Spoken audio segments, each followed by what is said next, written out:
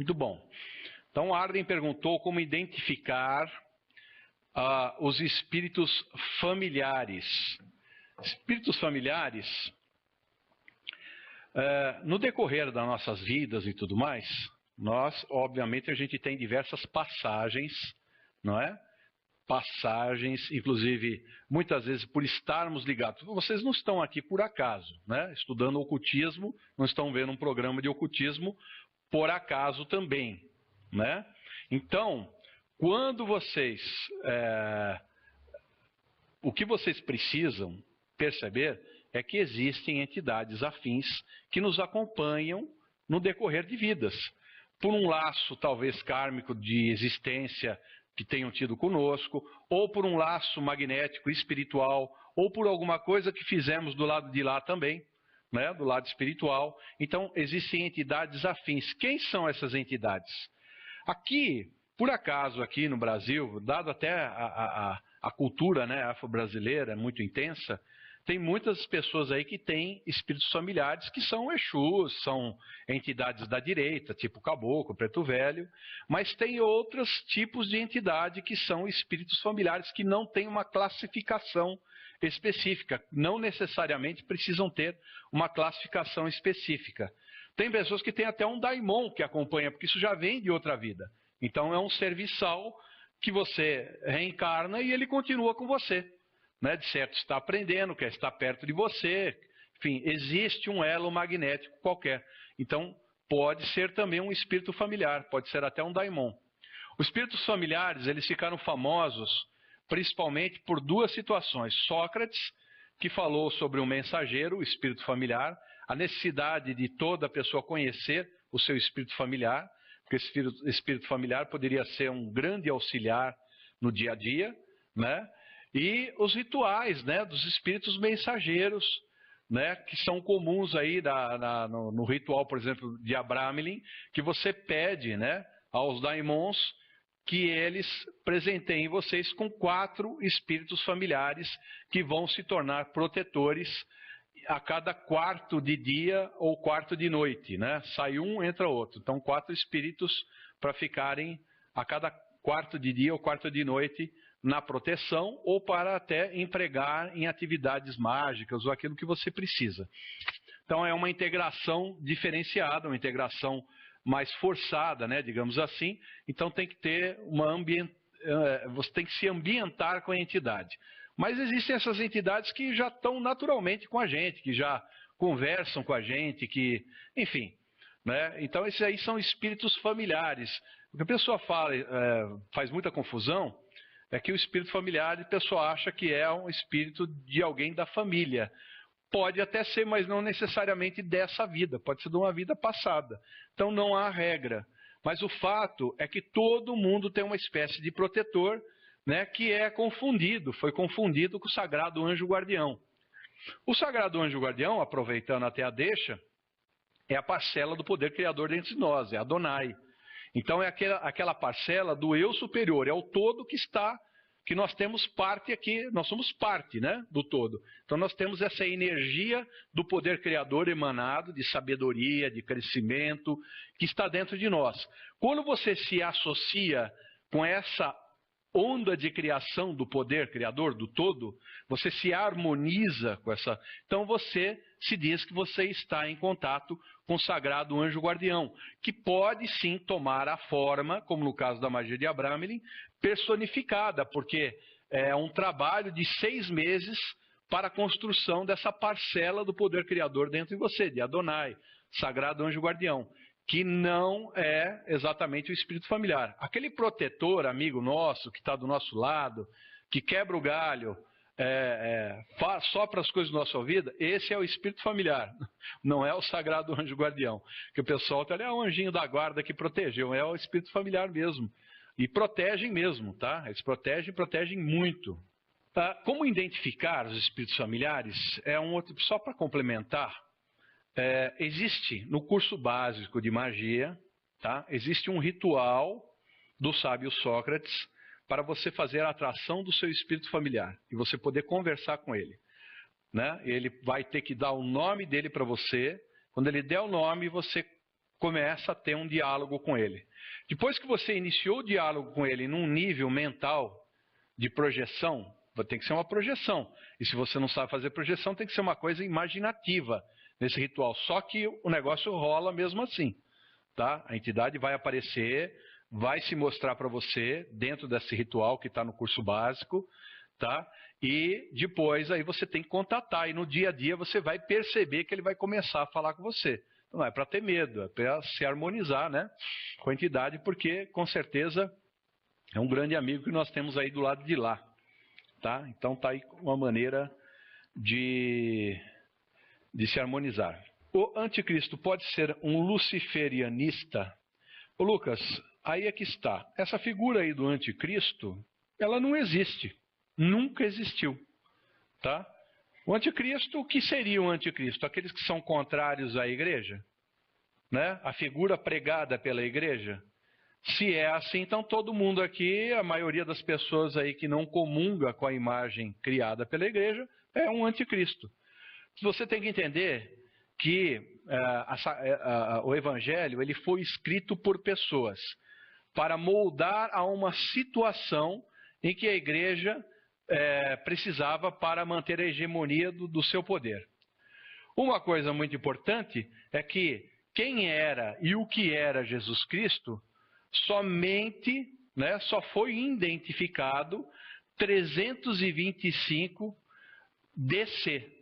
Só no ano 325 DC é que Jesus Cristo assumiu todos os papéis que a igreja colocou, como filho unigênito do poder criador, filho de Deus, e uma divindade na terra e tal, e todas aquelas coisas. Entendeu? Antes disso, antes do concílio de Nicéia, que ocorreu nesse ano, 325, ninguém sabia identificar. A igreja ela criou uma situação, né, para manter a hegemonia do poder. Né? Então, o que você tem que entender, por exemplo, é que o simbolismo, por exemplo, 666, representa o quê? O Sol, a sexta esfera da Cabala, Tiferet. Né? Então, é a besta solar, quer dizer, é a divindade solar inserida dentro do próprio homem. Então, são alguns significados cabalísticos e místicos que a pessoa entende que nunca existiu e nem nunca vai existir um anticristo. Pode ser um anti-humanidade. Eles falaram, o Hitler era um anticristo, né? Napoleão era outro anticristo. Não, eles não eram anticristo. Até porque Hitler fez um acordo com a igreja. Ele não atacou a igreja. Né, fez um acordo com Pio XII. Né, Hitler era um contra a humanidade. Né, ele seguiu os preceitos dele lá, nazistas, e as divindades lá que ele cultuava e tudo mais, mas ele não era um anticristo, especificamente. Né, ele era um anti-humanidade, isso sim. Ele era uma pessoa contrária à humanidade, né, e levou a um número absurdo de 6 milhões de mortes, né, dos judeus. Então, quer dizer, é um absurdo. Tá? Então, personificar o anticristo como uma pessoa que vem para o mal, filho de Lúcifer, filho do diabo, que vem como aquele filme, entendeu? Da profecia, é uma bobagem, é uma coisa cinematográfica, não existe. Tá? Então, o anticristo vai ser considerado luciferiano. Não existe, isso é uma bobagem. Tá? Qualquer pessoa que discorde da igreja, então o budista, o budista, você pega os budistas, pega pessoas ligadas a seitas orientais na Ásia, que nunca, em nenhum momento, ouviram falar de Jesus Cristo, ou se ouviram falar vagamente, nunca leram uma Bíblia. Então eles são o quê? Anticristos? Não, absolutamente. Só porque seguem uma doutrina diferente? Então quer dizer que eles vão para o inferno porque a igreja falou que se não seguir a salvação que vem de Jesus Cristo, então você está morto e enterrado. Né? Isso é uma grande, grande bobagem. Tá? Então não tem apocalipse nenhum. Né? O que existe, na verdade, é o ser humano. O ser humano é que faz o mal para o ser humano. Então não tem nenhum apocalipse. O mundo, toda hora eles tentam acabar com o mundo. 2012 não deu certo, do ano 2000 não deu certo. E já tentaram também em 999 para o ano 1000, também não deu certo. Né? Então, quantas vezes nós vamos ter que acabar com o mundo? Não é? Quantas vezes? Então, só tenho a dizer o seguinte, isto é uma bobagem, o Apocalipse é uma bobagem, todo aquele testamento das profecias de São João são meras bobagens, são totalmente fictícias, são coisas cabalísticas que falam sobre a besta solar e, no entanto, né, a própria igreja antes, né, ela cultuava, né, o primitivo Deus Sol, porque são deuses solares. Jesus Cristo, é um Deus solar, né? Foi aproveitada a imagem de cultos mais ancestrais, cultos egípcios, babilônios, sumérios. Você vê em toda passagem, você vê a criança que nasceu de uma virgem, que morreu, ressuscitou no terceiro dia, entendeu? São cópias, são plágios, até chegar no último plágio que foi Jesus Cristo. Esse aí a igreja falou, não, esse aí nós vamos dar uma atenção especial, esse vai ter que crescer. Né? A igreja já estava com o poder na mão, tinha dinheiro, tinha riquezas, tinha poder, tinha os monarcas na mão dela, então aí a coisa ficou fácil. Né? Para colocar o povinho sob julgo deles, foi fácil.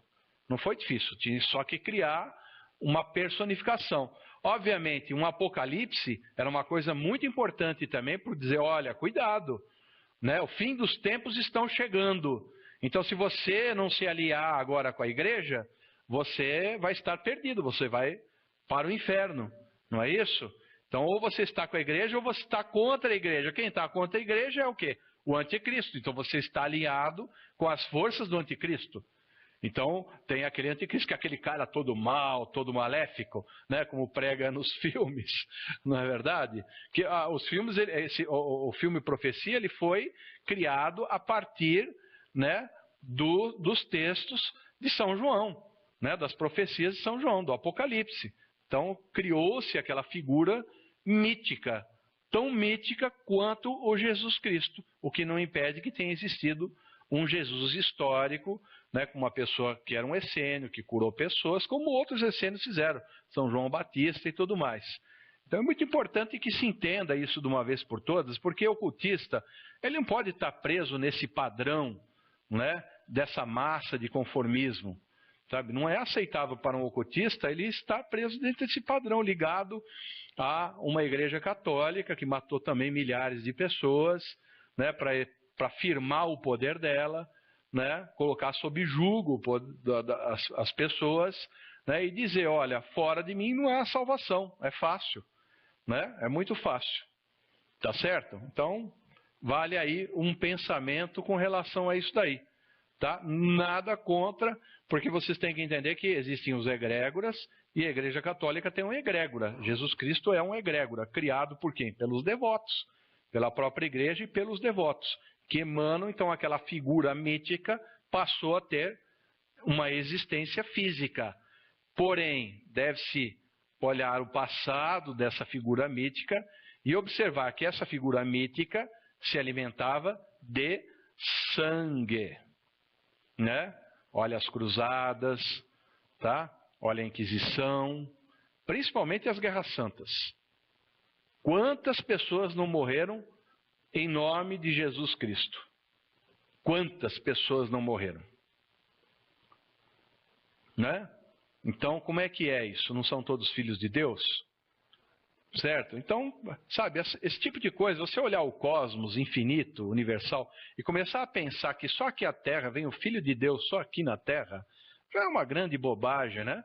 Todos nós somos partes do todo, podemos curar, entendeu? Eu fiz cura espiritual, isso não me santificou nem um pouco, não acho que eu seja santo por ter feito curas espirituais, entendeu? Muito pelo contrário, me ferrei até bastante, porque muita gente não está preparada para receber cura espiritual, você divide o karma, né, da pessoa. Então isso não tem nada a ver. Eu acho que a pessoa precisa abrir a consciência e perceber que a igreja é uma convenção social. Vamos casar, vamos na igreja. Já até falo, se não casa na igreja, não ganha presente. Não é isso que o pessoal fala, né? O pessoal normalmente fala isso. Então é isso. Tá certo?